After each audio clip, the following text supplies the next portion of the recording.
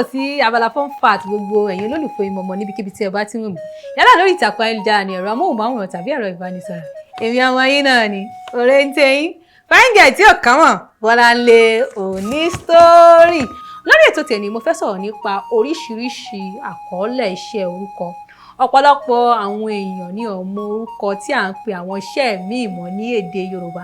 Bí irú iṣẹ́ tèmi ṣe yìí, àwọn kan máa pè ní pìrìsẹ́ńtà. Ó tán ni. Èdè Gẹ̀ẹ́sì ni. Ṣùgbọ́n kí ni wọ́n ń pè ní èdè Yorùbá? Wọ́n á ní agbétòkalẹ̀.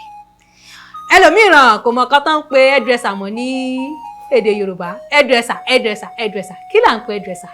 Onídìrí ni à ń pe hairdresser. Tí a bá fẹ́ pe professor ní èdè Yorùbá, à ní ọ̀jọ̀gbọ́n. Bí a bá fẹ́ pe gynecologist ní èdè Yorùbá, ọ̀pọ̀lọpọ̀ àwọn èèyàn yóò ti ẹ̀wọ̀n mọ́ dókítà tó ń ṣe ìtọ́jú obìnrin. Bẹ́ẹ̀ náà ni tí a bá fẹ́ pe journalist ní èdè Yorùbá, ó yẹ kẹ́ mọ̀ yẹn àbí ẹ̀wọ̀n. Oníròyìn ni wọ́n máa ń pè, wọ́n á ní àwọn oníròyìn. Tí a bá fẹ́ pe ẹni tó ń direct eré ní ilẹ̀ Yorùbá àbí lédè Yorùbá, wọ́n á ní olùdarí eré, ìyẹn tó jẹ́ director. Tí a bá dẹ̀ fẹ́ pe tíṣà tiẹ̀ là ń pe tíṣà sí.